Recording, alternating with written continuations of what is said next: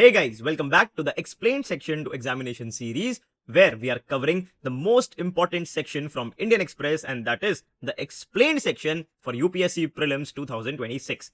This is the third lecture of the series, and today we are going to cover the explained section from 16th of June till 22nd of June. If you haven't watched the previous lectures, then please go and watch them. I have explained how direct questions are coming in your prelims exam from this particular section of Indian Express. Now, before we begin, I want to tell you one thing. If you follow this series consistently, I can guarantee you that you will get a benefit of 10 to 15 marks in your UPSC prelims. That's a guarantee. Now, before we start, three things. Number one, this series is primarily focused on prelims. We are not going to discuss mains. ये बात ठीक है. दूसरी बात, that the notes that you will see in this lecture will be provided on my Telegram channel. The link of the Telegram channel is in the description of this video. ठीक है जी. तीसरी बात और सबसे जरूरी बात, in this video you are going to get a lot of questions. Please pause the video and try solving those questions. इस पूरी सीरीज का जो यूएसपी है ना, जो सबसे बढ़िया फीचर है, वो ये क्वेश्चंस ही हैं जो मैं खुद बनाता हूं. Please try to solve these questions and do let me know in the comment section के सारे क्वेश्चंस में से आप लोगों के कितने ठीक हुए. तो do let me know in the comment section that how many did you get correct. ठीक है, चलो इस बात पे शुरू करते हैं. हाँ जी भैया, आज क्या लेके आए हो? आज बहुत बढ़िया चीजें लेके आए हैं. पहले तो हमने नोट्स की क्वालिटी को और ज्यादा इंप्रूव करने की कोशिश करी है, और हम हमेशा की तरह क्लास को स्टार्ट करेंगे सवाल के साथ. ये सवाल आपकी स्क्रीन पर है, वीडियो को पॉज करना है और सवाल को सॉल्व करना है. चलिए हम भी आपके साथ सवाल को पढ़ते हैं. Consider the following statements regarding the Bonn climate change conference. अरे बाप रे, ये क्या है? The Bonn Climate Change Conference is an annual mid-year meeting that takes place under the United Nations Framework Convention on Climate Change. Sir, UNFCC तो हम हर दिन पढ़ते हैं, फिर इसके बारे में नहीं देखा. कोई बात नहीं, दूसरी स्टेटमेंट को पढ़ो. Along with the annual conference of the party COP, it is the only. अरे बाप रे, only वर्ड आ गया सर, हमें तो सिखाया गया है, ये तो स्टेटमेंट गलत है. रुक जाओ, थम जाओ, देखते हैं. ठीक है, the only other regular climate summit hosted by the UNFCCC. ठीक है जी. तीसरी स्टेटमेंट क्या बोलती है? It discusses technical and scientific aspects of the climate negotiations and helps set the agenda for the annual COP meeting. ठीक है, चलो question देखा आपने, सॉल्व भी करा होगा, आंसर आपने अब तक सोच लिया होगा. अब जरा हम टॉपिक को देखते हैं. The Bonn Climate Change Conference is an annual mid-year meeting held under the United Nations Framework Convention on Climate Change. तो ये बात तो सही है, UNFCCC के अंडर ही होती है. ठीक है जी. It is formally known as the sessions of the subsidiary bodies. ऐसा क्यों, वो भी देखेंगे. और उसी के साथ में हाँ जी, अपने जरा ओनली वाले नशों को कम कर लो. हर ओनली गलत नहीं होता है. It is indeed the only other regular climate summit which is hosted by the UNFCCC apart from COP. अब जरा इसका ऑब्जेक्टिव देखो. The conference plays a critical role in discussing the technical and scientific aspects of climate negotiation. It helps set the agenda for the annual COP. अब जो annual COP होती है उसकी तो सब बातें करते हैं, सारे न्यूज़पेपर्स में खूब एडिटोरियल्स आते हैं, बड़े बड़े मंत्री लोग उसमें जाते हैं, पार्टिसिपेट करते हैं. पर भाई वो जो COP होती है ना, वो वही बात है कि बड़ी बड़ी बातें और बड़ा पाव खाते हैं. असली काम ये लोग करते हैं. तो जरा ये देखो, इनके की प्लेयर्स कौन से हैं. 2 permanent subsidiary bodies lead the conference, the subsidiary body for implementation and the subsidiary body for scientific and technological advice. जो सब्सिडियरी बॉडी फॉर इंप्लीमेंटेशन है वो क्या करता है? वो रिव्यू करता है जी भाई, जो डिसीजंस लिए थे उसे इंप्लीमेंट कर रहे हो या नहीं.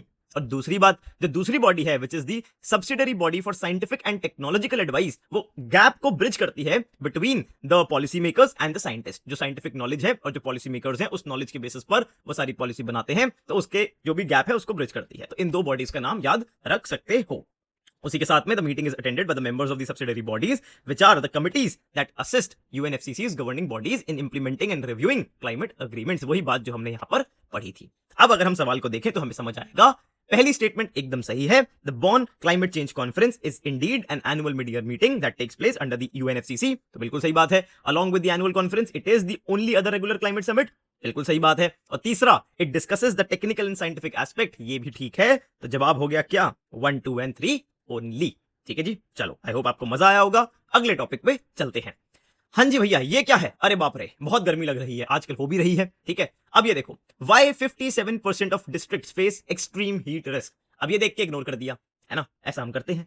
पर पहले देखो क्या होता है. हीट वेव होती है, एबनॉर्मली हाई टेम्परेचर, खूब गर्मी हो रही है.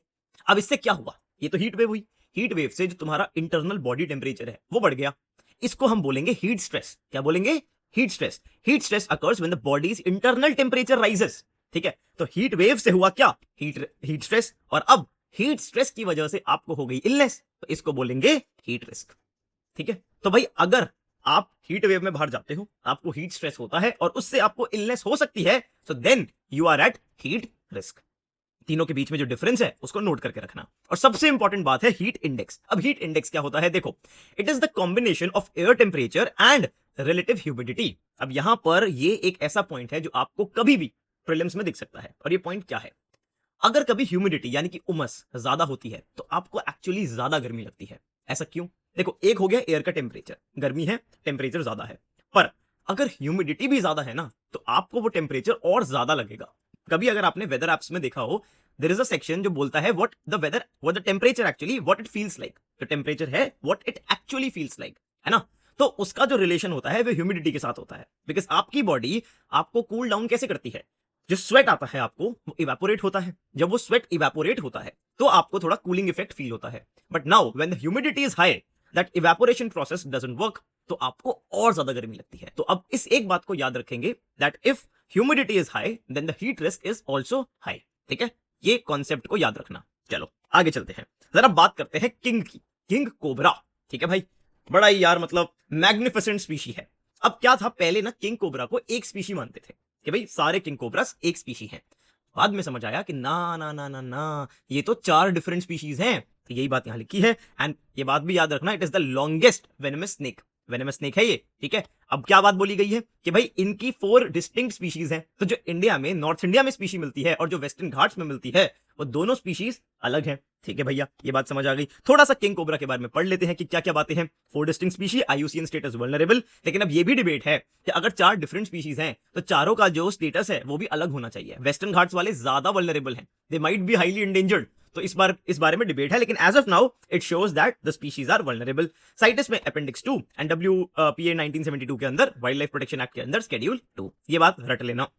Now difference between king cobra and Indian cobra. Indian cobra नाग, जो आपने कभी ना कभी देखा भी होगा, ठीक है। अच्छा, बोथ आर डिफरेंट स्पीशीज, ये दोनों एक स्पीशी नहीं है, इस बात को याद रखेंगे, ठीक है। अच्छा, then king cobra primarily feeds on other snakes. King cobra की एक खास बात है दैट किंग कोबरा दूसरे स्नेक्स को भी खा लेता है, पर इंडियन कोबरा ऐसा नहीं करता, ठीक है। अच्छा, and both contain neurotoxic venom. किस टाइप का वेनम? Neurotoxic venom. इस बात को भी याद रखेंगे, ठीक है भैया। ये हम किंग कोबरा के बारे में कुछ बातें हैं जिनको याद रखेंगे, एग्जाम में कुछ ना कुछ आ सकता है। डू रिमेंबर द ह्यूमिडिटी वाला पॉइंट, वो कभी ना कभी जरूर दिखेगा, ठीक है। चलो जरा इस सवाल का जवाब दो। The desertification and land degradation Atlas of India is released by, अरे भैया फॉरेस्ट सर्वे ऑफ इंडिया, हम बता रहे हैं ना, हमें पता यही है, और क्या होगा? ज्यादा से ज्यादा भैया कंफ्यूजन होगी मिनिस्ट्री ऑफ एनवायरमेंट में। हाँ जी, अरे भैया जवाब है इसका डी, इसरो। हैरान हुए कि नहीं हुए? न्यूज़पेपर में से यही सब पकड़ना होता है। अब ये देखो, ये छोटा सा एक पीस आया था, जरा इसको पढ़ो। Around a third of India's geographical area 97.85 million hectare underwent land degradation. तो ये तो आप फैक्ट को मेंस एग्जाम में भी यूज कर सकते हो, तो नोट कर लेना। और बड़ा ही क्रेडिबल फैक्ट है because it is released by ISRO. Desertification and land degradation Atlas, अब तो नहीं भूलोगे, याद रखना। अच्छा तो ठीक है, एक बात समझ आती है कि इंडिया में लैंड डिग्रेडेशन की प्रॉब्लम है, पर हम लोग चौधरी बनके दुनिया जहान में खूब बड़े बड़े ऑब्जेक्टिव्स और एम्स बोल के आ चुके हैं कि जो हम तो ये कर देंगे, हम तो वो कर देंगे, हम तो AIR1 ले आएंगे। तो जरा उन एम्स को भी देख लो, क्वेश्चन के फॉर्म में देख लो। India has committed to creating an additional carbon sink of 2.5 to 3 billion tons of carbon dioxide equivalent through additional, हाँ जी क्या एडिशनल, ट्री कवर बाय 2030। ये हमने बोला है UNFCCC में, ठीक है, जो अभी हमने पढ़ा था। दूसरा, India has committed to restoring 26 million hectares of degraded land by 2030 under UN। कौन सी भैया? ये वो वाली नहीं है, ये दूसरी है, ये है UNCCD, कैफे कॉफी डे नहीं है, United Nation convention to combat desertification. जवाब बताओ इस सवाल का क्या है? बताओ बताओ, पॉज करके देखो। खैर दोनों ही बातें सही हैं, इन दोनों फैक्ट्स को रट लेना। आंसर इसका है सी, बोथ 1 and 2 ओनली। ये दोनों हमने गोल्स इंटरनेशनल फोरम्स में जाकर कमिट कर रखे हैं। तो प्रॉब्लम ये है, ये हमारे गोल्स हैं जो हम बोल के भी आ चुके हैं, डिंडोरा पीट चुके हैं। तो अब इन्हें अचीव करने के लिए क्या करेंगे? उसको अचीव करने के लिए कोई तो मिशन चलाएंगे। सो that is one mission amongst them is the new green India mission, ठीक है। अब ये ऐसा मिशन है जो 2014 में लॉन्च हुआ था अंडर दी, हाँ जी क्या, national action plan on climate change. तो इसके अंदर बहुत सारे प्लान्स थे, जिसमें से एक था ग्रीन इंडिया मिशन। अब इसने एक रोड मैप बताया था 10 साल का, लेकिन अब हमने इसको एक्सटेंड किया है, रिवाइज किया है टिल 2030। तो इसके क्या क्या ऑब्जेक्टिव्स हैं उनको पढ़ लेना, बड़े सिंपल ऑब्जेक्टिव्स हैं, देखोगे समझ आ जाएगा, ठीक है भैया। चलो आगे चलते हैं। ये बड़ा इंटरेस्टिंग क्वेश्चन है यार, अगर आपने क्वेश्चन सही सॉल्व किया तो मेरी तरफ से पार्टी, ठीक है। वो पार्टी कैसे दूंगा वो मैं आपको थोड़े दिनों बाद बताऊंगा, ठीक है। चलो सवाल का जवाब दो। बताओ बताओ बताओ, पॉज कर लिया होगा वीडियो को अब तक तो सोच ही लिए होगे। ठीक है, देखते हैं। Iran is one of the founding members of OPEC. OPEC क्या है? Organisation of the petroleum exporting countries. NATO पे क्वेश्चन आया था ना प्रीलिम्स 2025 में।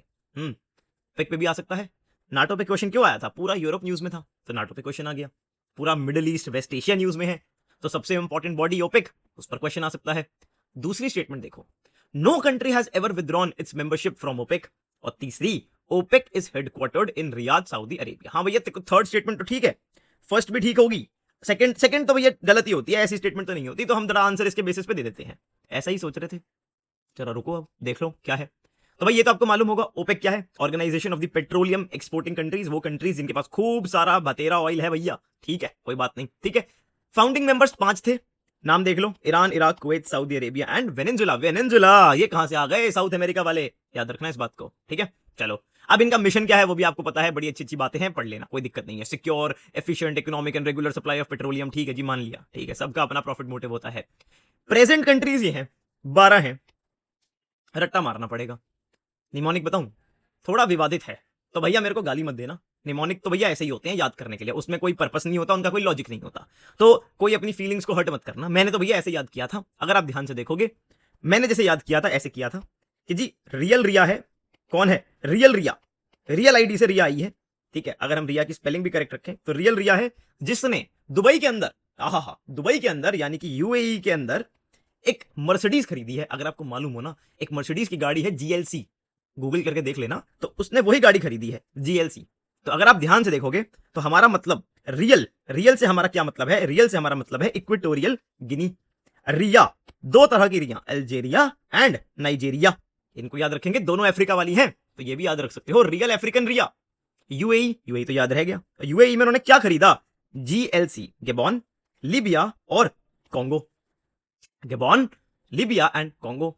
अब जब गाड़ी खरीदी तो उसने उस गाड़ी को किस किया? भाई नई नई गाड़ी आई है ना, चलो तो किस क्या हो गया? के डबल आई एस, ये वाला किस किया? के डबल आई एस। तो भाई देख लो, Kuwait, Iraq, Iran, Saudi Arabia. अब वेनेजुला तो याद ही रहेगा, वो तो एक फाउंडिंग मेंबर भी है कि नहीं? तो बस हो गया याद, इतना सिंपल है, ठीक है जी। चलो, हाँ भैया रियाद में नहीं है, अरे बाप रे वियना में है, क्या बात है, ऑफिस कहाँ खोल के बैठे हैं, कमाल हो गया, है ना। तो ये है भैया, वियना में इनका जो हेडक्वार्टर है वियना में है, ठीक है, तो इस बात को याद रखेंगे। अब जरा क्वेश्चन को देखते हैं। India is Iran, sorry not India, Iraq, Iran Iran Iran Iran is one of the founding members of OPEC. बिल्कुल सही बात है, इराक भी है, ईरान भी है, okay. No country has ever withdrawn its membership from OPEC, ये statement एकदम गलत है। बहुत सी ऐसी कंट्रीज हैं, example Indonesia. OPEC is headquartered in Riyadh Saudi Arabia, ये भी गलत स्टेटमेंट है, तो आंसर क्या हो गया? आंसर हो गया वन ओनली, ठीक है जी, इस बात को याद रखेंगे, बढ़िया टॉपिक है। हाँ जी, अच्छा, अभी हम क्या कवर कर रहे हैं? हम कवर कर रहे हैं इंडियन एक्सप्रेस। भाई एक्सप्लेन्ड सेक्शन तो झांकी है, हिंदू पीआई भी बाकी है। उसमें सोचो अगर एक एक्सप्लेन्ड सेक्शन में इतने पॉइंट्स हैं, if you start reading the Hindu and the PIB, how many points will be collected? मैं आपको जरा कुछ दिखाता हूं। So what happens, we have a current affairs course as you know. सो उसमें मैंने क्या किया, I follow a very segregated approach in our current affairs course. During the entire month what we do is, entire month हम पूरे week कुछ नहीं करते, आप लोग अपना मस्त तरीके से एंजॉय करते हो, न्यूज़पेपर्स को 15-20 मिनट आधा घंटा पढ़ते हो, only the editorials of any one newspaper. फिर हम संडे को मिलते हैं, संडे को एक लेक्चर होता है बढ़िया, सुबह 10 बजे 2-3 घंटे हम बैठते हैं और जितने भी इंपॉर्टेंट एरियाज होते हैं मेंस के लिए उनको कवर करते हैं। तो मेंस पर्सपेक्टिव में हम चीजों को कवर करते हैं, अभी मैं दिखाता हूं आपको। But what happens after the entire month, अब जून का मंथ था, हमारा कोर्स 7 जून से स्टार्ट हुआ था, वैसे सब चीजें रिकॉर्डेड होती हैं, सारी रिकॉर्डिंग्स अवेलेबल होती हैं, अनलिमिटेड व्यूज होते हैं, पीडीएफ्स होती हैं, सब कुछ होता है, ठीक है। तो एंटायर मंथ वो 7 जून से कोर्स स्टार्ट हुआ था। अब after the month is done, what we do is, in July हमने पहला लेक्चर किया only for prelims specific points. अब पीआईबी, हिंदू और सारी जगहों में जितने प्रीलिम्स के पॉइंट्स थे उनको हमने कंसोलिडेट किया। ऐसे आपको 2 लेक्चर्स मिलते हैं। So for the entire month of June you will get 2 lectures in July, एक हो चुका है, एक अभी अगले वेडनेसडे को होना है। So these are the notes from the first lecture. अब आप इन नोट्स को अगर देखोगे तो आप देख पाओगे ये अप्रोक्सीमेटली 40 पेजेस के नोट्स हैं और इतने ब्यूटीफुली डिजाइन नोट्स हैं। तो जो आप अभी एक्सप्लेन सेक्शन में एक छोटा सा पार्ट देख रहे हो ना, उसका पूरा एक प्रो वर्जन हमारे कोर्स में होता है जहां पे सब कुछ ही कवर होता है, and again with a very similar approach में कोई चेंज नहीं होता। The way you are seeing these lectures, similar kind of lectures are conducted on our portal, ठीक है। अच्छा, तो ये मैंने कुछ आपको दिखाया, ये बहुत सारे इंटरेस्टिंग टॉपिक्स थे अक्रॉस दी सब्जेक्ट्स जो हमने कवर करे थे। अब जो मैं बात कर रहा था वीकडेज में, मतलब वीकेंड्स में, तो ड्यूरिंग द एंटायर मंथ हम वीकेंड्स पे क्या करते हैं, वहां पर हम जो कवरेज करते हैं वो मेंस के सिलेबस के हिसाब से करते हैं। So during the entire week आपने पढ़ा, आपने देखा, फिर हमने देखा कि अच्छा पूरे वीक में क्या क्या इंपॉर्टेंट थीम्स थी, जैसे कि अर्बनाइजेशन अगर एक थीम थी तो जीएस पेपर 1 में वो थीम है। सिमिलरली कई बार बड़े इंटरेस्टिंग एडिटोरियल्स आते हैं। फॉर एग्जांपल एक ये एडिटोरियल आया था, empowering women in agriculture for food security. So what I do is I create a mind map जहां पर मैं फिर सारे जो पॉइंट्स है ना उसमें उनको कंसोलिडेट करके I also do value addition के कुछ और बातें ऐड कर दी जो एडिटोरियल में नहीं थी, एंड देन उनको क्लासिफाई कर दिया as per the GS main syllabus, right. So this is how you get your weekly notes as per the main syllabus, है ना। और मंथली आपको कंपाइलेशन भी मिल जाता है। तो अब आपको मेन से पहले मेंस के नोट्स हैं, प्रीलिम से पहले प्रीलिम्स के नोट्स हैं। तो आपका इन टोटल 6 लेक्चर्स के अंदर एक महीने का करंट अफेयर हो जाता है विद नोट्स। और आपको कोई नोट्स नहीं बनाने, इतने बढ़िया नोट्स हम आपको बना के देते हैं, सारी चीजें मैं आपको क्लास में समझा देता हूं, ठीक है। जितने भी इंपॉर्टेंट टॉपिक्स आए होते हैं, जैसे फॉर एग्जांपल ये बड़ा अच्छा एक थीम आई थी जियो इंजीनियरिंग की, साइंस सेक्शन में द हिंदू के, अगर आपने ऑब्जर्व किया हो, पूरा हमने समझा उसको पूरा डिटेल में विद स्टैटिक लिंकेज, ठीक है। तो if you also want to be a part of our current affairs initiative, you can definitely join us. बहुत मजा आएगा, आपका करंट अफेयर का सारा स्ट्रेस हम ले लेंगे भाई। स्टैटिक पढ़ो, ऑप्शनल पढ़ो। करंट अफेयर में ना टीचर को पढ़ाने से ज्यादा आपको बचाना होता है कि भाई तुम डेली के 4 घंटे लगाओगे। अगर आप बेसिक कैलकुलेशन भी करो ना, आप डेली 2 या 3 घंटे पढ़ोगे, ठीक है। मंथली आप देखो, आप कम से कम 60 to 70 आवर्स इन्वेस्ट करोगे। उसके बाद भी आपको बोला जाएगा कि भाई मंथली कंपाइलेशन पढ़ो, फिर ईयरली कंपाइलेशन पढ़ो। 6 लेक्चर 12 घंटे, भाई 4-5 घंटे की रिवीजन, 20 घंटे में जो काम हो सकता है उसके लिए 100 घंटे क्यों लगाने, है ना। इसी के साथ में we also have answer writing and mentorship programme. So the current affair course is only for 5,999, ठीक है। तो approximately 6,000 rupees. The answer writing programme is for 4,000, ठीक है। And if you buy the package जहां पे आपको सब कुछ मिलता है, और इस पैकेज की जो खूबी है वो ये है that you also get access to our private WhatsApp community, जहां पे सारे स्टूडेंट्स के पास मेरा खुद का नंबर होता है। You can stay in touch with me, ठीक है। जितने भी फीचर्स हैं तीनों प्रोग्राम्स के वो हमारी वेबसाइट पे मेंशन है। You can visit our website www.gaursepadho.com। वहां पर आपको कोर्सेज सेक्शन में कोर्स दिखेगा कैंप नाम का, वहां जाइए, उसको एक्सप्लोर करिए। आपको एक वीडियो मिलेगी, वहां पे सारे हमारे नोट्स के सैंपल मिलेंगे, पूरा एक्सप्लोर करो और डिसीजन लो। उसी के साथ में एक बड़ी इंपॉर्टेंट बात, हमारी वेबसाइट पर आपको एक बात लिखी मिलेगी, 100% रिफंड पॉलिसी। आप एनरोल करो, एक वीक तक आप पूरा कोर्स एक्सप्लोर करो, सारी वीडियोस देखो, नोट्स देखो, पसंद ना आए, ठीक है, तो भैया 100% रिफंड है, ठीक है। उसी के साथ में we also have a current affairs पत्रिका course. This is basically notes, जितने नोट्स आपने देखे सारे नोट्स मेंस के प्रीलिम्स के आपको इस कोर्स में मिल जाते हैं। यहां पर कोई वीडियो लेक्चर नहीं होता और कोई फीचर नहीं होता, it is only plain notes. इसका कॉस्ट है 1499 फॉर 12 मंथ्स। आपको जून 2025 से लेकर मई 2026 तक के करंट अफेयर्स के नोट्स मिलेंगे फॉर 1499, ठीक है। तो ये चार्जेस हैं, ये सारे चार्जेस वन टाइम चार्जेस हैं, ऐसा नहीं कि मंथली क्वार्टरली है, ये यही पेमेंट है बस जो करनी है, ठीक है। तो हमने करंट अफेयर्स के हिसाब से काफी अफोर्डेबल कोर्स डिजाइन करा है भाई। इसको अपने स्टैटिक के कोर्स से प्लीज कंपेयर मत करना, क्योंकि वो कोर्स ऐसा होता है जिसमें आपको 3-4 महीने पढ़ाना होता है और हर साल थोड़ी बहुत चीजें अपडेट करके पढ़ाना होता है। ये एक ऐसा कोर्स है जिसमें मुझे आपके साथ 1 साल पढ़ना है, आपको रेगुलर बेसिस पे पढ़ाना है।